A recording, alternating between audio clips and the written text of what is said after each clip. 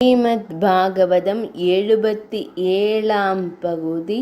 தேவர்களின் தாயே, உனது நோக்கத்தை நான் அறிவேன். மகாபலி அசுரனானாலும் தர்ம நெறி தவறாதவனாக, ஒழுக்கத்தில் சிறந்தவனாக, இறைவன் மேல் பக்தி செலுத்துபவனாக, உலகங்களையும் நல்ல முறையில் ஆண்டு வருகிறான். இப்போது தெய்வ அனுகிரகம் அவன் பக்கம் இருக்கிறது. ஆனாலும் நீ கடைபிடித்த விரதம் வீண் போகாத தாயே. நானே உனக்கு மகனாக பிறந்து சரியான சமயத்தில் தேவர்களுக்கு அவர்களின் உலகை மீட்டு தந்து வாழ வைக்கிறேன் என்று அருள்பாலித்து மறைந்தார் பகவான் ஸ்ரீ மகாவிஷ்ணு. காலம் விரைந்தோடியது. பகவான் ஸ்ரீ மகாவிஷ்ணு தான் தந்த வாக்குறுதியின்படி அதிதி தேவிக்கும் கஷ்யப முனிவருக்கும் மகனாக பிறந்தார். அதுவும் வாமனனாக மிகச் சிறிய குள்ள வடிவத்துடன் அவதரித்தார். தேவர்கள் தங்கள் துயரம் தீரப் போகிறது என்று மகிழ்ந்தார்கள். மலர் தூவி வாழ்த்தினார்கள்.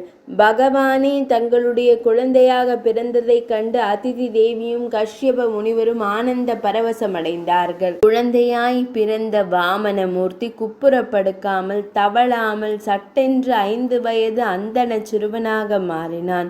கஷ்யப முனிவர் தன் மகனுக்கு உபநயனம், பூணூல் அணிவித்தல் செய்வித்தார். அந்த உபநயன நிகழ்ச்சிக்கு தேவர்கள் அனைவரும் வந்து கலந்து கொண்டனர். பிருகஸ்பதி வாமனருக்கு பூணூல் அணிவிக்க தந்தை கஷ்யப முனிவர் அரைஞான் கயிற்றை கட்டினார்.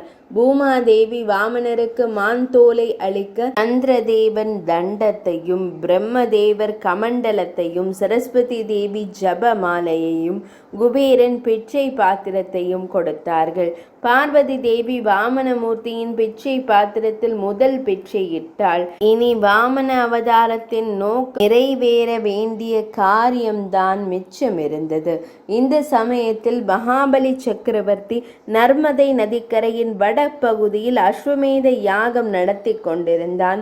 100க்கும் மேலான அந்தணர்கள் சூழ்ந்து மிகுந்த ஸ்ரத்தையுடன் அதில் ஈடுபட்டிருந்தனர். அப்போது சிறுவனான வாமன மூர்த்தி தாளங்குடையை பிடித்தபடி அந்த யாகசாலையை நோக்கி சென்றார். கோடி சூரிய பிரகாசத்துடன் புன்னகைத்த முகத்துடன் வரும் அந்தண சிறுவனை அன்புடன் எதிர்கொண்டு வரவேற்றான் பலி சக்கரவர்த்தி. அவனை அழைத்து வந்து ஆசனத்தில் அமர வைத்து உபசரித்தான். பின் பணிவுடன் வினவினான். குருமுனிவர் போல தென்படும் அந்தண சிறுவரே, உமது வரவினால் இந்த யாகசாலை புனிதமடைந்தது. நானும் புண்ணியம் பெற்றேன். தயவு செய்து தங்களுக்கு என்ன வேண்டுமோ அதை கேட்டு பெற்றுக்கொள்ளுங்கள்.